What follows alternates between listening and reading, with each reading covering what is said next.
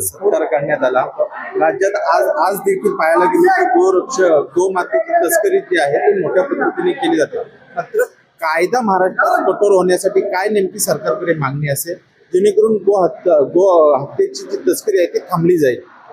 गो हत्या किंवा गोवंश हत्येवर फाशीची शिक्षा मृत्यूदंड असला पाहिजे असं महाराष्ट्र शासन आणि भारत शासनानं केलं पाहिजे।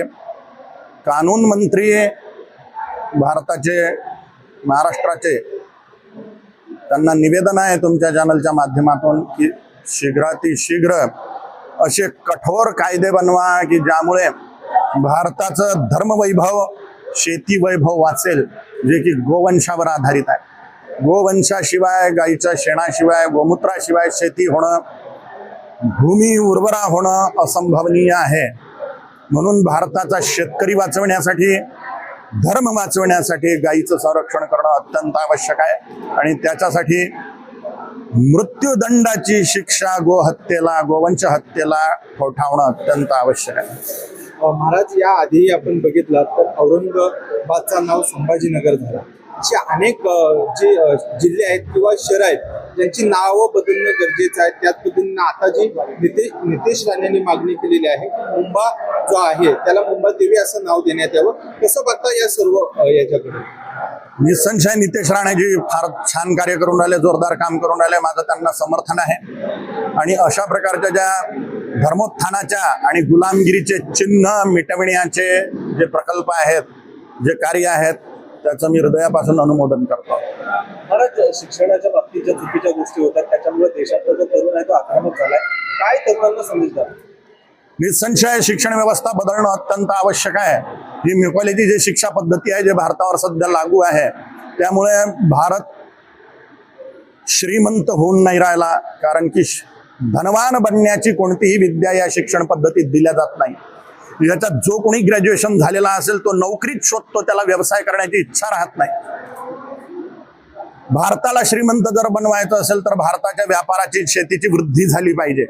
त्याच्यासाठी शिक्षण व्यवस्थेत धनप्राप्तीचे मार्ग शिकवणं अत्यंत आवश्यक आहे। मनोविज्ञान शिकवणं आवश्यक आहे जे की मनोविज्ञान मेकोल्याच्या शिक्षा पद्धतीत शिकवल्या जात नाही।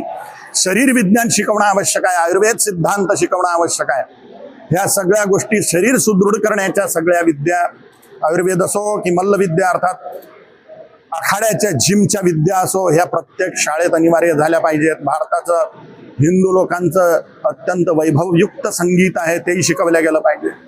धनवान बनण्यासाठी अनेकविध ज्या विद्या आहेत, स्किल टॅलेंटच्या विद्या आहेत, स्किल्सचे एज्युकेशन्स आहेत तेही शिकवल्या गेले पाहिजे।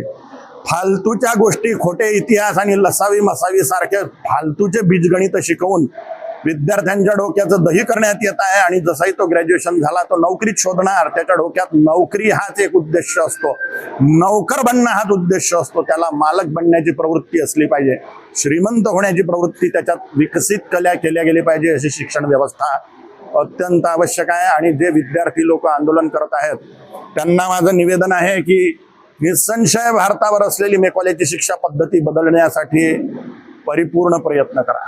तसं आपण जो राष्ट्रगीत आहे वंदे मातरम, खरं तर असा कोणीही राजकीय पक्षाकडून तो अपमान करू नये।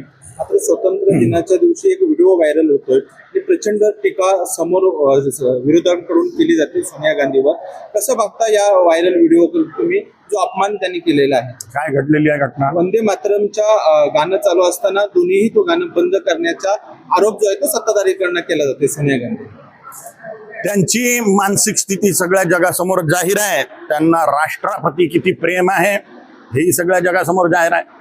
त्यांची पार्टी जिंकली कुठेही की पाकिस्तानात जय जयकार, त्या पाकिस्तानात उत्सव मनवला जातो, तर त्या पार्टीला कोणाचं समर्थन आहे हे जग जाहीर आहे। मग त्यांची राष्ट्रनिष्ठा कशी काय राहणार, त्यांची धर्मनिष्ठा कशी राहणार, भारत मातेच्या प्रती त्यांची निष्ठा कशी काय राहणार? जनता समजदार झालेली आहे आणि ह्या सगळ्या त्यांच्या कर्मातून दिसून राहिलं त्यांना भारताबद्दल प्रेम आहे की पाकिस्तानबद्दल। महाराज, आपण आपल्या भाषणामध्ये जनगणनेचा उल्लेख केलेला आहात, जनगणना आलेली आहे, मात्र सरकारने ती जनगणना अजून सर्वांसमोर आणलेली नाहीये। कशा पद्धतीने या जनगणनेमध्ये काही गोष्टी लपवल्या जातात? लपवले का जात आहेत याचं तर माझ्याजवळ काही उत्तर नाही आहे, पण भारतात हिंदू अल्पसंख्यक होत चाललेला आहे। हिंदूंची लोकसंख्या भारतात 94 करोड आहे, मुसलमान 56 करोड झालेले आहेत. आणि मुसलमानांचा लेकरं पैदा करण्याचा ऍव्हरेज 2/10 आहे. एक जोडा 10 लेकरं पैदा करून राहिलेला आहे. हिंदूंचा एक जोडा 1 लेकरू पैदा करून राहिला आहे.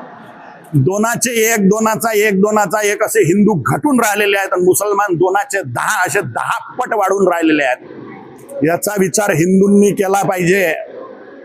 जर हिंदूंची लोकसंख्या अशीच घटत राहिली तर मुसलमान निसंशय गजवा करतील आणि सगळ्या हिंदूंना जबरन धर्म सोडवून मुसलमान बनवण्यात येईल. या संकटाकडे हिंदूंनी लक्ष दिलं पाहिजे आणि कमीत कमी 2चे 2 तरी जन्माला घाला हिंदूंनो, नाही तर संन्यासी होऊन राष्ट्रकार्य धर्मकार्य करा.